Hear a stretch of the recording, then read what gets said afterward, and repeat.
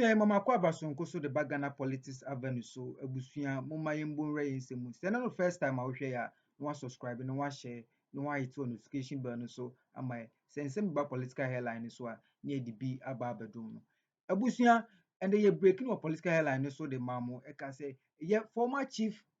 justice friend Gertrude Torkornoo de ne nsem bi ekopie ECOWAS court say ekwan mama any NDC abano efa so ni free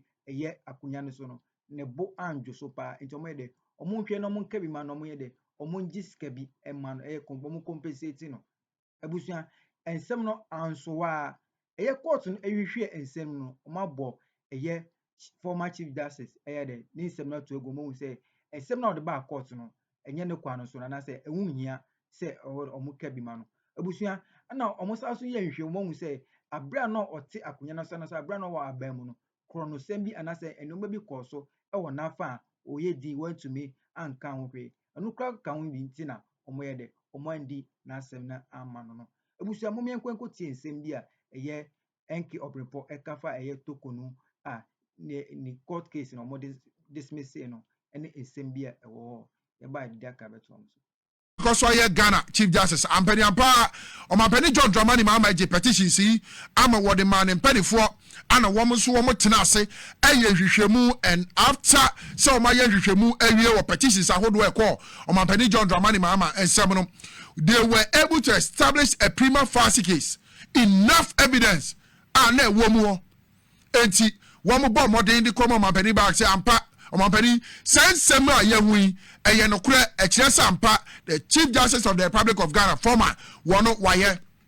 am Omampani gina amamra yede enene wo man Ghana amamra yede bukuroi an wo say said ye empanifo aka na nhwehwemu akone de Gertrude araba esaba saki Torkornoo no ye Chief Justice no won kwotena fie no fa na adwuma nto as Chief Justice asemi beto dwape na maami said abi wono wompene ne wachina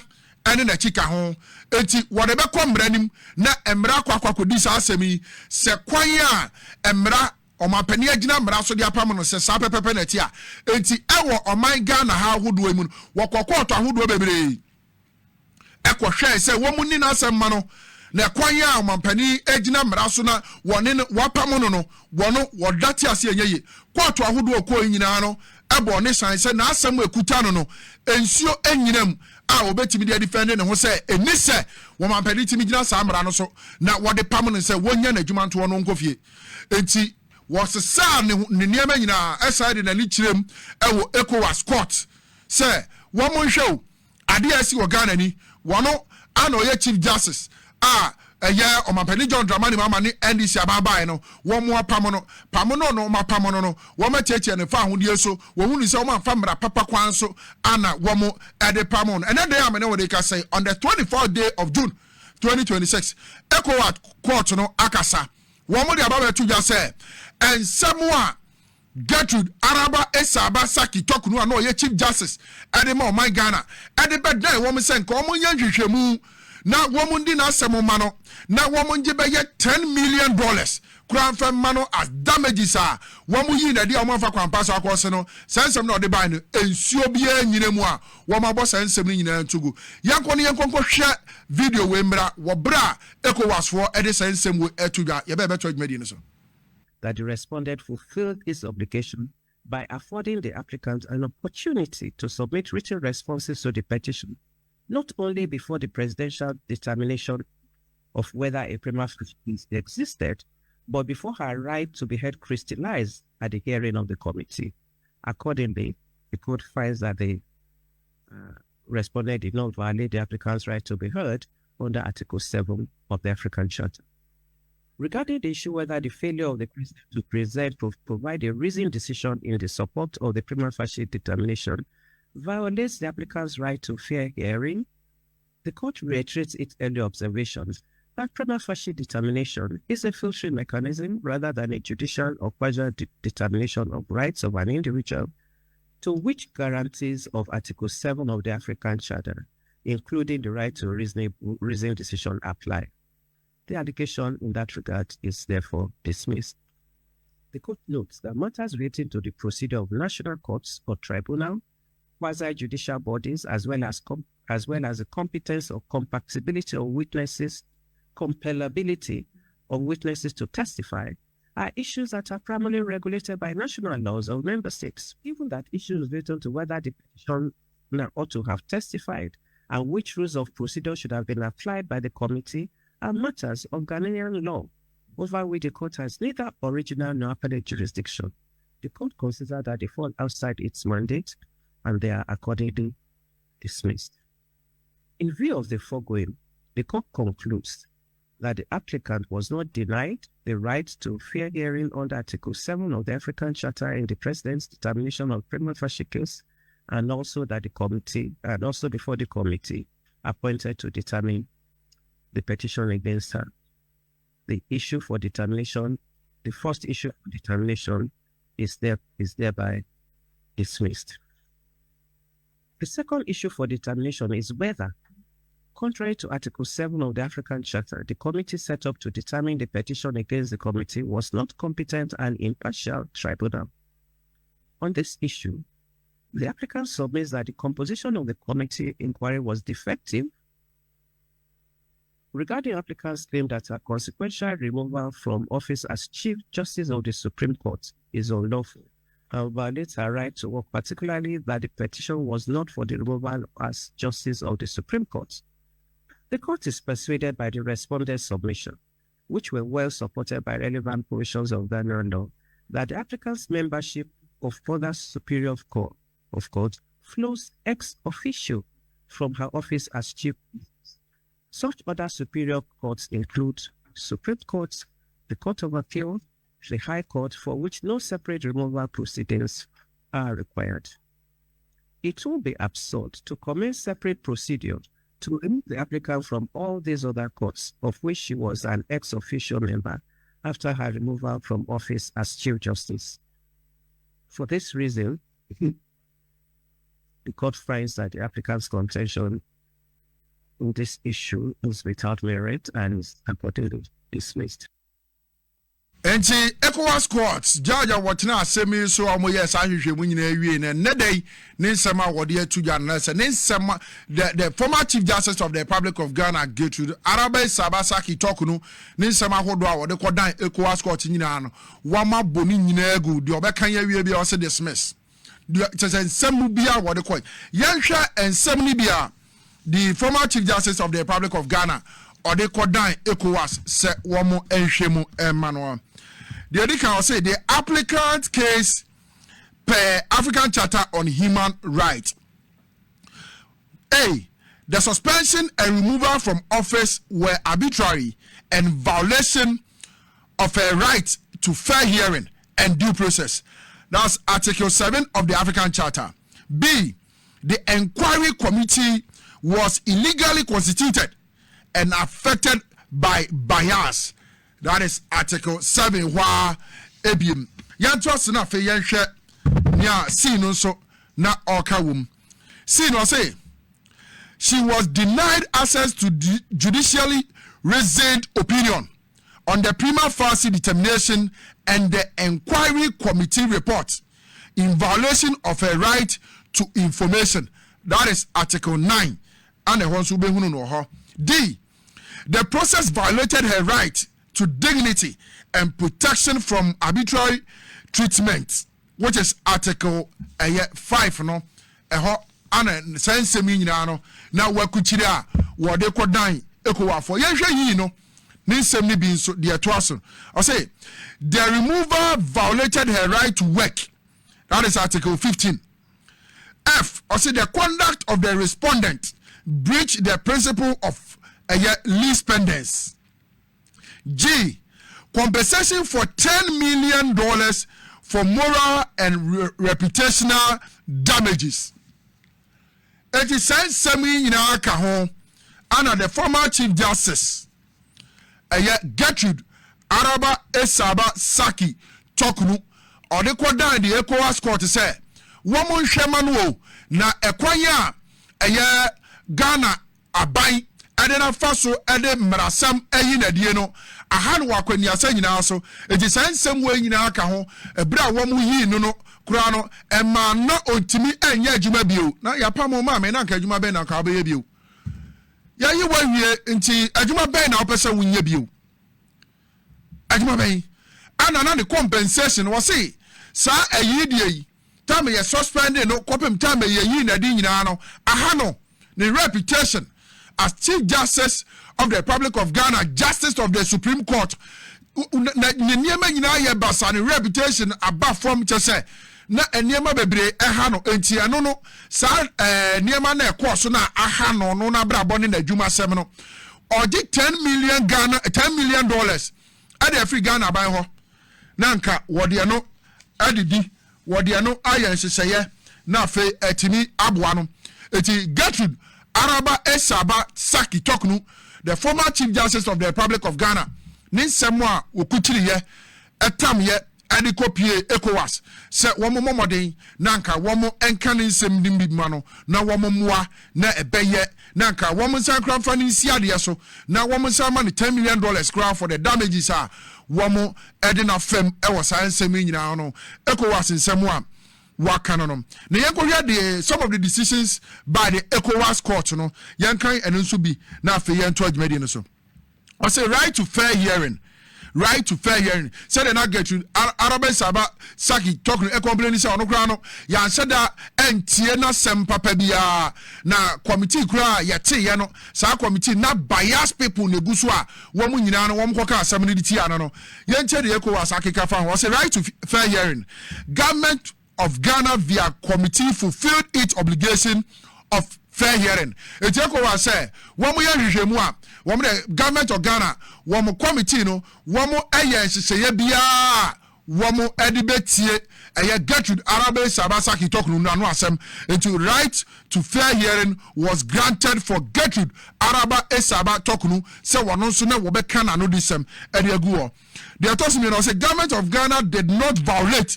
applicant right to be heard under Article 7 of the African Charter. Eti womo encheche na fa ho de yesu a na womo betimi atie na no disem. Se wono so ye yi na di suspension ye suspended no na kwa na wo so kofie no na de na wo so ka no government of Ghana e ma na sa kwenya no. As a prima facie determination did not violate fair hearing principle. It is a filtering mechanism. Enti sa prima facie ya de ma committee ni tina ase a wo mutimi hwehwemu enya enough evidence wo petitions ahodo a Ghana for bi di kwada His Excellency the President John Dramani Mahama say wonyi no onye sa hwehwemu wo sensem yi ho for the former Chief Justice of the Republic of Ghana Justice Gertrude Èxp0sès Torkornoo no ne kwan so ano no pepepe na eno no entietia wo bia fa ahodie so ma ho kwan se adedie bibi biara enko sade etie pepepe asem ni die enko sade etie pepepe ejabusia me na wo de ka say die Gertrude Èxp0sès Torkornoo, the former Chief Justice of the Republic of Ghana, Ninsemu a wode kodan ECOWAS no, woma bodi nyina to agu se ensuo bi enyinem, na emum ekwan biara Ghana aban efa so na woni ni di ye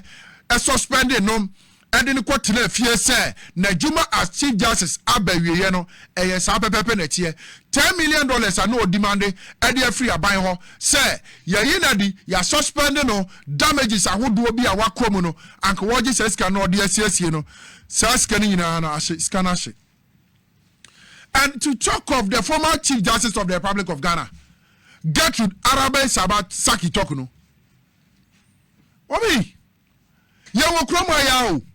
me say prior to the 2024 elections around August, September, October, this year your friend is a research institution ebe conducting research wo man Ghana ha efa yen judicial system ho. Womu wie ya no womu say Ghana ha nyina out of the population say 33 million or 34 say 35 million or 100% population no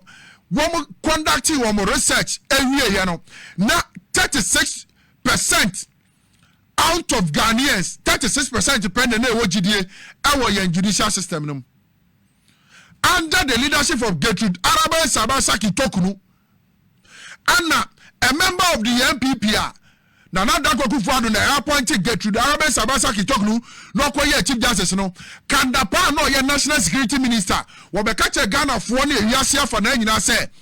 ekwanya MPP fo efa so di asem court na ebia wo mudi nkunim no wo mo nya hweye. It is very alarming. In 2024 research across one nature say about 64% of Ghanaians woman lusu GDA our Ghana judicial system no. That was the time one Abribia MPP for the assembly court no we better say Ghana for shall see where they unanimous FC where they say 5-0 against NDC where they say 7-0 against NDC where they say 9-0 against NDC and assembly be you be to bonteno na yes pepe. Under Gertrude Èxp0sès Torkornoo, the former Chief Justice of the Republic of Ghana, Anna, on the 17th day of February 2024, in the month of February, MPP, under the MPP administration, and under Akufo-Addo, and Alhaji Mahmoud Bawumia, Mrasebejam for a passé the anti-LGBTQ plus bill. Sanka Yemfanko. Now the former president of the Republic of Ghana said the Mrasebejam for one more passé bill biana and what some man penini in Sasha Siasan Abeyemrano. Yemfanko man and under Akufo-Addo. Now confront in San Shasia say now anti-LGBTQ plus bill where men and other than Akufo-Addo Masaya see if in that way Obama ni Obama da okromo ya chiwade ye betwe na so Obani Oba siemu ya chiwade ye betwe na so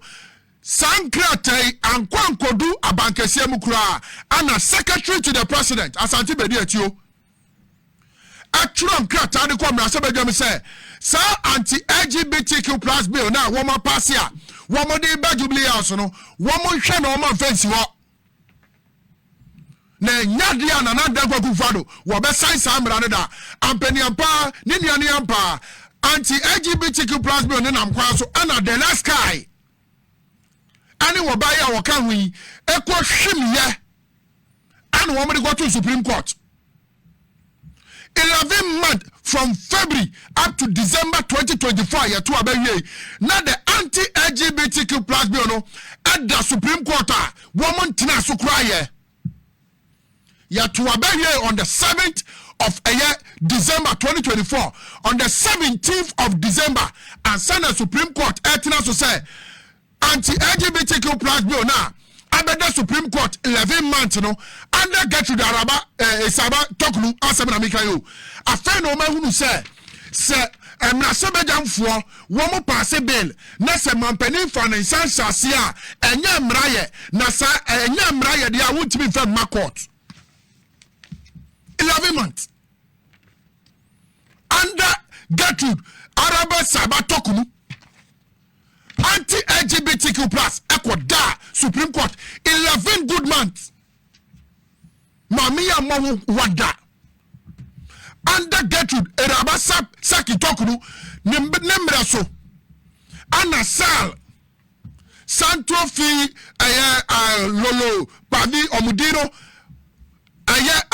Jen Mensa. The EC chair denied Sal from 2020 up to 2024, the people of SAR no money representative our parliament, no money MP. Under Gertrude Èxp0sès Torkornoo 4 good years. When Timia Shankasa Assembly said that I was a SAR for Mrasebejani Etikwambiaso Yesi Munkwana under Gertrude Torkornoo. Sani ma wanyina mama ye de sikasam bi a beba mu anani so ye eno so bebre e wo ho a ye betimi aka ho asem eti sansami bebre nyina aka ho ana ye hunu se waduma nsani eti kofie waduma nsani in 2024 ahead of the general elections ana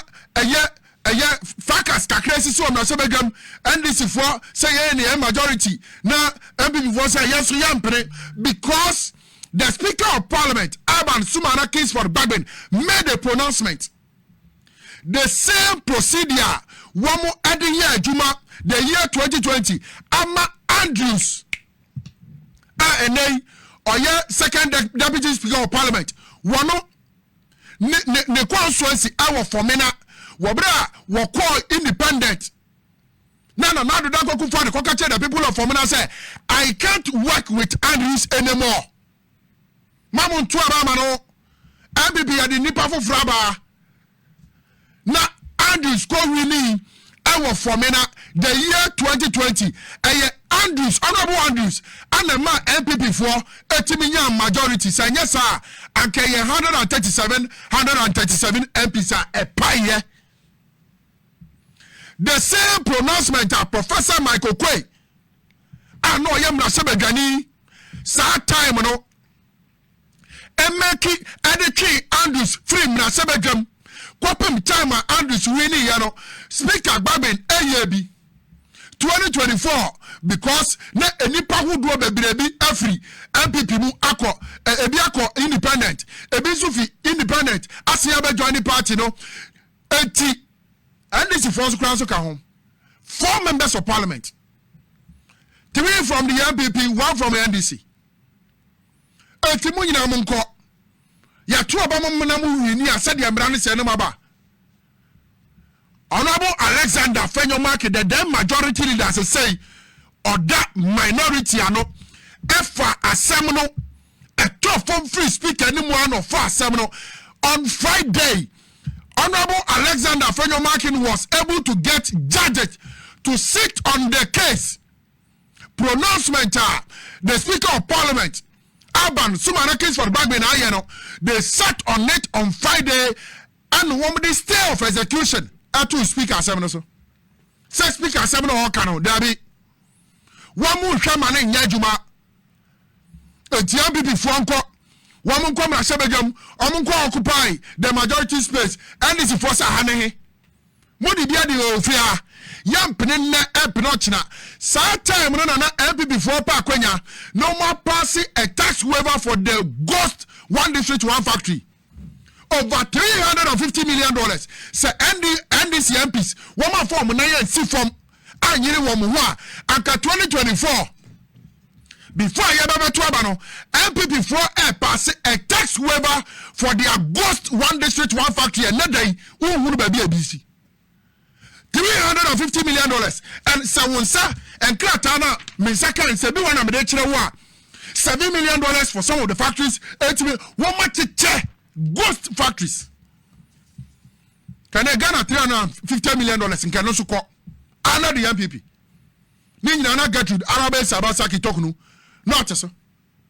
Assembly Kwakwa make Kaipa, Edubabi, and we have a country that parliament is not sitting. What is going on? It took Tadio Sorry, the renowned lawyer, one of the best lawyers you can ever get in this country, Tadio Sorry. Obisa say, no, ne dia woman ya say o mine wo na parliament ntina ni worry ya dade. O say I'm sorry, no say obetwa say. Atiniema hodo bebre. A Gertrude Èxp0sès Abasaki Torkornoo ebe yai as Chief Justice of the Republic. Enipa bebre wo man mu susu say amwa wo man no. Amwa man na fa ne to mapa bi dia emfra. Anunti under Sabre emradi ni mi eyi na di. Yeguso ti kromra. Ye hwewom. Under the MPP, niema si wo kromra. Mekai on the 18th day of February 2025, the communication director for the MPP, Richard Ahiagba, on PM Express, what catch the gun of when you said, oh, the MPP is not afraid of say young court and and even the president has given a directive to all his appointees. When they are sema enki obrimpo echichi manase oditu bia efa eye former chief justice eye ne sema ode court is a court na abotuegu enam corruption ne nyoma bi ekoso tam na owo abemu no ebusa so subscribe and not subscribe no wa share no wa notification bell no so am I then send me political line so ne de bi aba abɛdom abusua yɛda mo ase.